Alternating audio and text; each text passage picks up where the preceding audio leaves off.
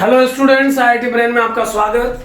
आज हम फिजिक्स में जिस टॉपिक पर डिस्कस करेंगे उसका नाम है electric field vector. Electric field vector due to infinite sheet of charge. यानी कि इनफाइनाइट सीट में चार्ज डिस्ट्रीब्यूटेड है और आपको उसकी वजह से किसी पॉइंट पर इलेक्ट्रिक फील्ड कैलकुलेट करना है। एक वर्ड में इसमें और जोड़ देता हूं कि यह चार्ज इस सीट में यूनिफॉर्मली डिस्ट्रीब्यूटेड है। एक बार पहले भी इस टॉपिक पे हम डिस्कस कर चुके हैं कूलम्ब्स लॉ की हेल्प से। आज हम गॉस थ्योरम के एप्लीकेशन के पॉइंट पर इस क्वेश्चन को दोबारा डिस्कस करेंगे। कैसे इसमें गॉस थ्योरम अप्लाई होगा एक बार डिस्कशन करेंगे। देखिए, चार्ज जिस इनफाइनाइट सीट पे डिस्ट्रीब्यूटेड है, मान लेते हैं वो सिग्मा डेंसिटी का है। अब चूंकि सीट इनफाइनाइटली लार्ज है तो उस सीट से r डिस्टेंस पर कहीं भी पॉइंट कंसीडर किया जाए, इलेक्ट्रिक फील्ड का मैग्नीट्यूड सेम होगा, क्योंकि उस पॉइंट की सराउंडिंग वैसी ही होगी जैसी उससे पहले कंसीडर किए गए पॉइंट की थी। एक इनफाइनाइट सीट के सामने आप किसी भी पॉइंट को एक्सट्रीम या सेंटर के पास नहीं कंसीडर कर सकते हैं, क्योंकि उस इनफाइनाइट सीट के एक्सट्रीम है ही नहीं। यानी आप किसी भी पॉइंट पर पॉइंट कंसीडर करेंगे, कैलकुलेशन पॉइंट, आपका पॉइंट सिमेट्री मेंटेन करता हुआ ही होगा। तो इस बात के आधार पर हम ये कह सकते हैं कि ये इनफाइनाइट सीट अपनी सराउंडिंग में हर पॉइंट पर बराबर इलेक्ट्रिक फील्ड डेवलप करेगी। मान लेते हैं कि इस इनफाइनाइट सीट जिसमें सिग्मा डेंसिटी का चार्ज है, इस सीट से r डिस्टेंस पर चुने गए इस पॉइंट P पर इलेक्ट्रिक फील्ड का जो स्ट्रेंथ है वो E है। मान लेते हैं इस पॉइंट पर इलेक्ट्रिक फील्ड की स्ट्रेंथ E है। यहां पर यह ध्यान रखें कि यह सीट मैंने इनफाइनाइटली लार्ज कंसीडर की है।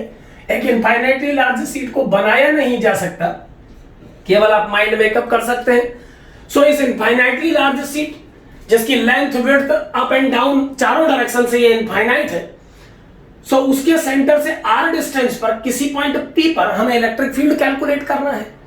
जैसा अभी हम डिस्कस कर चुके हैं कि ऐसे सभी P पॉइंट्स जो इस सीट से r डिस्टेंस पर होंगे उन पर इलेक्ट्रिक फील्ड का स्ट्रेंथ सेम होगा, तो हमें उस स्ट्रेंथ E का वैल्यू कैलकुलेट करना है। ऐसे पॉइंट इस सीट के इस साइड के अलावा उस साइड भी होंगे जिन पर इलेक्ट्रिक फील्ड का मैग्नीट्यूड वही होगा जो इस तरफ के पॉइंट्स पर है। यानी इस सीट की सराउंडिंग में दोनों ओर ऐसे बहुत सारे पॉइंट ढूंढे जा सकते हैं जिन पर इलेक्ट्रिक फील्ड का स्ट्रेंथ न्यूमेरिकली सेम होगा, डायरेक्शन डिफरेंट हो सकती है। अगर ऐसे सारे पॉइंट कलेक्ट किए जाए तो ऐसे सारे पॉइंट कलेक्ट करके इस सीट के पैरेलल यहां और उस तरफ एक और सीट तैयार की जा सकती है। यानी इस सीट से प्रोड्यूस होने वाले इलेक्ट्रिक फील्ड की सिमिलर वैल्यूज जिन पॉइंट्स पर हो, ऐसे पॉइंट को कलेक्ट करके एक सीट लेफ्ट और एक सीट राइट साइड इस सीट के दोनों ओर तैयार की जा सकती है। ये बात आप समझते हैं। तो गॉस थ्योरम यहां पर हमारी क्या हेल्प करेगा, देखें कि अगर हम इस इनफाइनाइट सीट से बनने वाले इलेक्ट्रिक फील्ड का नेचर जानने के बाद एक गॉसियन सरफेस से इस सीट का कुछ हिस्सा इनक्लोज करें। जैसे अगर मैं यहां पर एक डिस्क तैयार करूं r डिस्टेंस पे इस साइड और r डिस्टेंस पे दूसरी साइड, तो इन दोनों डिस्क की हेल्प से मैं इस इनफाइनाइट प्लेन सीट का कुछ चार्ज इनक्लोज कर लूंगा। यह बात आप समझ सकते हैं कि अगर मैंने गॉसियन सरफेस के रूप में एक सिलेंडर तैयार किया है, हॉरिजॉन्टल सिलेंडर, तो जो इनफाइनाइट सीट का चार्ज इस गॉसियन सरफेस के अंदर इनक्लोज होगा वो भी इस डिस्क का ही चार्ज होगा। सिग्मा डेंसिटी का चार्ज डेंसिटी अगर इस इनफाइनाइट सीट में है तो इस डिस्क जिसका एरिया में अगर a कंसीडर करूं तो इसमें चार्ज का मैग्नीट्यूड सिग्मा a होगा। अब सिग्मा a चार्ज कंटेन की हुई इस डिस्क के कारण मुझे r डिस्टेंस पे P पॉइंट पे इलेक्ट्रिक फील्ड कैलकुलेट करना है, और मैंने r डिस्टेंस पर दोनों ओर जितने पॉइंट इस डिस्क के सिमिलर डिस्क बनाने से कलेक्ट हुए थे उन्हें मिला के गॉसियन सिलेंडर तैयार कर दिया है। अब जैसा कि गॉस थ्योरम में डिफाइन किया गया है, जैसा गॉस थ्योरम का स्टेटमेंट है कि आप इस कंप्लीट गॉसियन सरफेस के लिए नेट फ्लक्स कैलकुलेट करके E डॉट ds उसे टोटल इनक्लोज्ड चार्ज जो कि सिग्मा a है और एप्सिलॉन नॉट के रेशियो से कंपेयर कर सकते हैं। According to Gauss E dot ds का नेट गॉसियन सरफेस में flux sigma A by epsilon naught के बराबर होना चाहिए।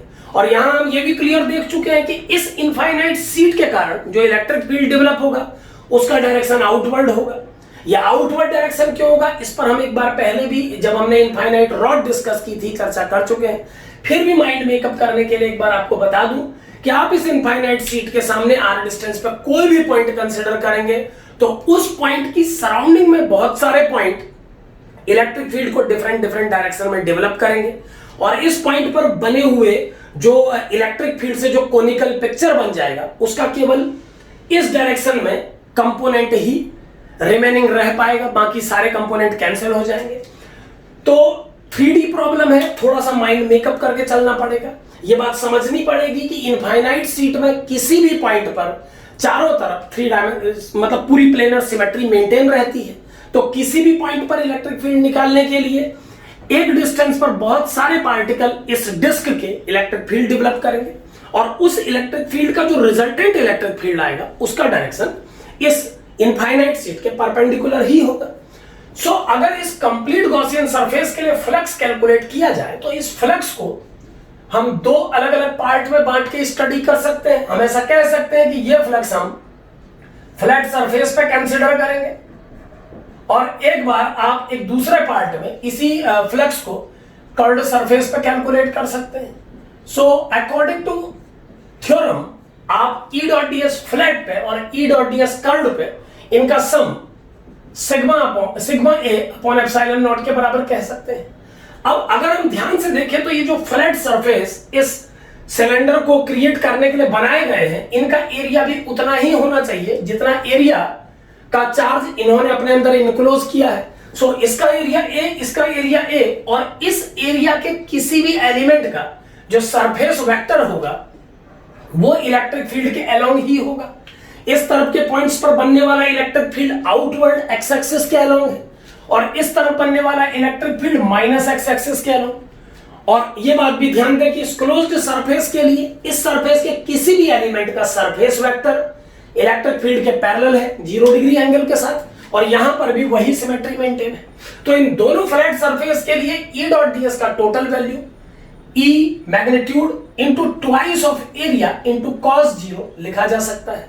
यहां पर ध्यान दें इस डायरेक्शन में जब इलेक्ट्रिक फील्ड है इस सरफेस के लिए तो सरफेस वेक्टर का डायरेक्शन भी यही है, तो ये 0 डिग्री का केस है। तो इस सरफेस के लिए E a cos 0 बनना चाहिए और उस सरफेस के लिए जब इलेक्ट्रिक फील्ड का डायरेक्शन माइनस एक्सिस के अलोंग है तो सरफेस वेक्टर का डायरेक्शन भी माइनस डायरेक्शन में है। सो इस सरफेस के लिए भी E और S के बीच में 0 डिग्री का ही एंगल कंसीडर होगा। सो दोनों सरफेसेस के लिए E डॉट ds की वैल्यू E a cos 0 और E a cos 0 ही बनेगी।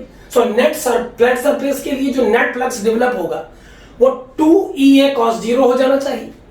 अब बात करते हैं इस कर्व्ड सरफेस की। तो हम जानते हैं कि इस इनफाइनाइट सीट ने इलेक्ट्रिक फील्ड हर पोजीशन पर एक्स एक्सिस के अलोंग ही डेवलप किया है। यहां पर एक्स एक्सिस इस डायरेक्शन को प्रेजेंट करने के लिए यूज किया जा रहा है। हम एक्स एक्सिस की कैरेक्टरिस्टिक डायरेक्शन में ही एक्स एक्सिस को कंसीडर कर रहे हैं, इसे हम आई कैप से शो करेंगे डायरेक्शन के लिए। सो अब इस कर्व्ड सरफेस के हर एलिमेंट पर सरफेस वेक्टर का डायरेक्शन परपेंडिकुलरली अपवर्ड है या आप इसे जे डायरेक्शन कंसीडर कर लें। एक पल के लिए मान लेते हैं हम इसे वाई एक्सिस कंसीडर कर रहे हैं जिसे हम जे कैप से प्रेजेंट करेंगे।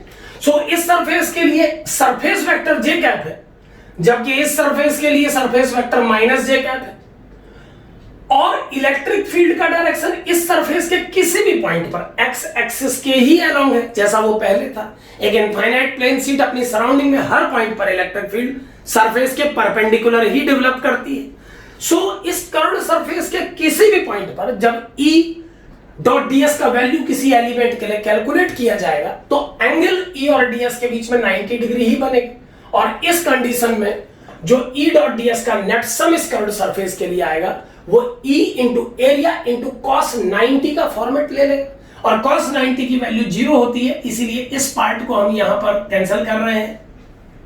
अब अगर हम इस एक्सप्रेशन को सॉल्व करें तो एरिया का टर्म एरिया से कैंसिल हो जाएगा और इलेक्ट्रिक फील्ड का magnitude sigma upon 2 epsilon not मिलेगा। ये इलेक्ट्रिक फील्ड का न्यूमेरिकल मैग्नीट्यूड आप देख पा रहे हैं कि r से इंडिपेंडेंट है, इसका मतलब कोई इनफाइनाइट सीट अपने सरफेस से परपेंडिकुलरली r डिस्टेंस पर किसी पॉइंट पर जो इलेक्ट्रिक फील्ड डेवलप करती है वो डिस्टेंस इंडिपेंडेंट होता है। इसका अर्थ यह है कि एक इनफाइनाइट सीट अपनी सराउंडिंग में हर डिस्टेंस पर किसी भी पॉइंट पर sigma upon 2 epsilon not electric field he develop करती है। अगर इस एक्सप्रेशन को वेक्टोरियल फॉर्मेट दिया जाए तो इसे E vector equal to sigma upon 2 epsilon naught into r cap से प्रेजेंट किया जा सकता है। यानी डिस्टेंस r कैप जिस डायरेक्शन में इंडिकेट करेगी इलेक्ट्रिक फील्ड का डायरेक्शन उसी डायरेक्शन में होगा। एक बात यहां ध्यान दें, अगर इस इनफाइनाइट सीट का चार्ज नेगेटिव डेंसिटी का हो तो इस सिग्मा के नेगेटिव होने के कारण इलेक्ट्रिक फील्ड का डायरेक्शन माइनस r कैप में डिफाइन हो सकता है। सो पॉजिटिव जो सीट होती हैं वो इलेक्ट्रिक फील्ड आउटवर्ड डेवलप करती हैं अपने से अवे, और negative seat towards seat electric field develop करती है। मैग्नीट्यूड हर कंडीशन में सिग्मा अपॉन 2 एप्सिलॉन नॉट ही रहता है जो कि डिस्टेंस से इंडिपेंडेंट है। इसीलिए ये रिजल्ट स्पेशल इंपोर्टेंस का है कि इलेक्ट्रिक फील्ड का वैल्यू एक इनफाइनाइट सीट के सराउंडिंग में डिस्टेंस पर डिपेंड नहीं करता। So it may be a constant और it is a constant always. इसकी वैल्यू हमेशा एक कांस्टेंट की तरह ट्रीट करेगी। Thank you.